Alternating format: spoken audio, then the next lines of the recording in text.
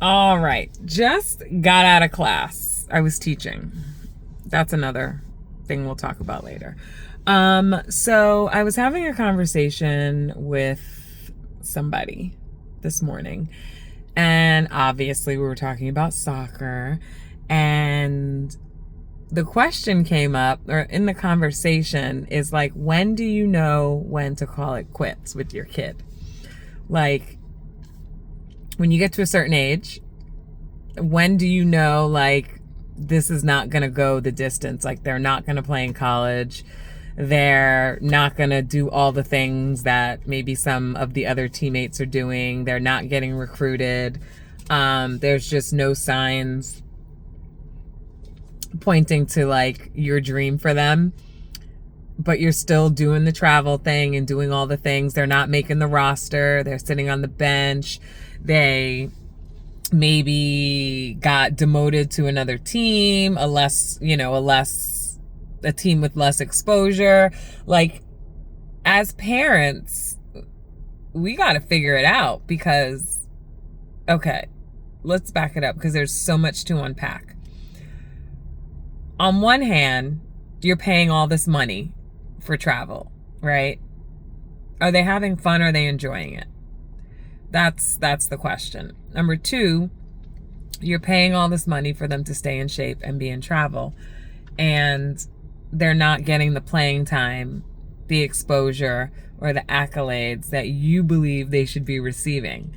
But are they that good of a player? Another option to think of. They're playing, but they're playing at a lower league, in a lower league. Again, not getting as much exposure, not playing not playing their normal position. The coach is moving them around, trying to see where they fit. If any of this sounds like you, then let's talk, because trust me, I have been in all of those places, and it doesn't feel good when your kid's not getting picked, your kid is not getting the playing time, but then as parents, we have to sit back and really take a hard look at our kids and say, are they developing? Are they getting better year after year? Is there progress? Is there forward movement? Do they want this? Like, all these questions. And as many years and as much time and money that we've put into it, is this really what they want, or is it what you want? Now, we all want our kids to be successful, but it just might not be in soccer. It could totally be something else. Not even sports related. So it's just sad sometimes that there are parents that just feel like they have a right to voice their opinions and say things like, my kid needs more playing time. She does this, she does that. We have to get to a point where we let the coaches coach. And let me tell you, there have been a handful of coaches that I cannot stand. But never once did I go and question their authority or say my kid should be doing this or doing that. You gotta let the coaches coach. And if the coach isn't a good fit and you're not feeling it and your kid's not feeling it, then you make those choices and those decisions. But if it's you that's not feeling it and your kid's fine, then shut the hell up. Okay? But this goes back to us as parents inserting ourselves into shit that we have no business inserting ourselves into. Those are conversations that you have at home with your kid. But I digress, because this topic, that's why I wanted to start this series, because there's just so many things. But I just want to really ask you to think about this. I am in the stage where my son's already in college, so we got him there. He's doing his thing. It's now my daughter. Now, she's not there yet. She got committed, but that's just the first step.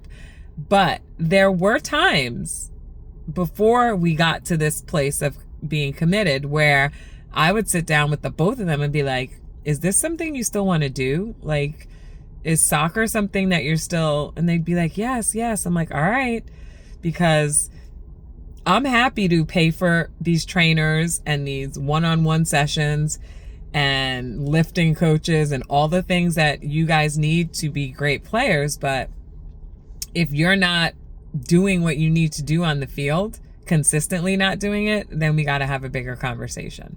Maybe your heart's not in it. Maybe I'm pushing you too much. Maybe it's just what I want and it's not what you want.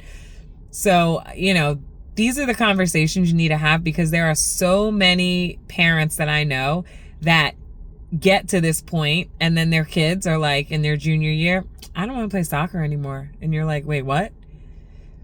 What do you mean you don't want to play soccer? I don't want to play. I don't want to do it in college. I'm done. I'm burnt out. I just want to go to college and be a NARP, a non-athletic, you know, regular person. Nothing wrong with NARPs. NARPs are great, but that's what they want to be, and that's okay. But then you're saying to yourself, well, where the fuck did this come from? You know, it came from you not having the conversations.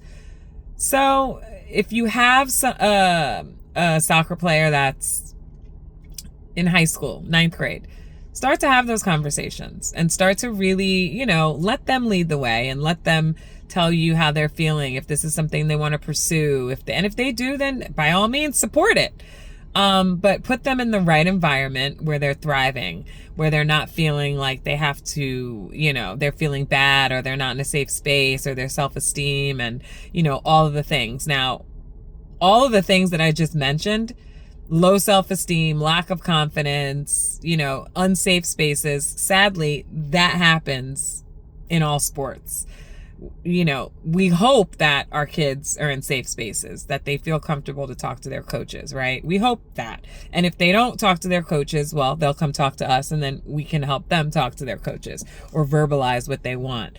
But the self-confidence and the attributes that we can't teach them, that is something that's within. So if your kid does not have that go get them, I don't give a shit what people say, I'm going to do my thing, leave it all on the field mentality, well, then those are steps that you need to start taking to talk about what underlying issues is making you not perform on the field. And trust me, with both kids, I had to have those hard conversations, because I'm like, yo, you both are good players.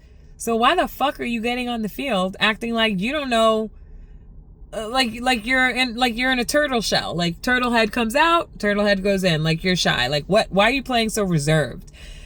Why are you playing like, you know, safe? Why are you not taking risks? And when you get to the bottom of it and ask all those questions, I really got some good feedback and some good answers.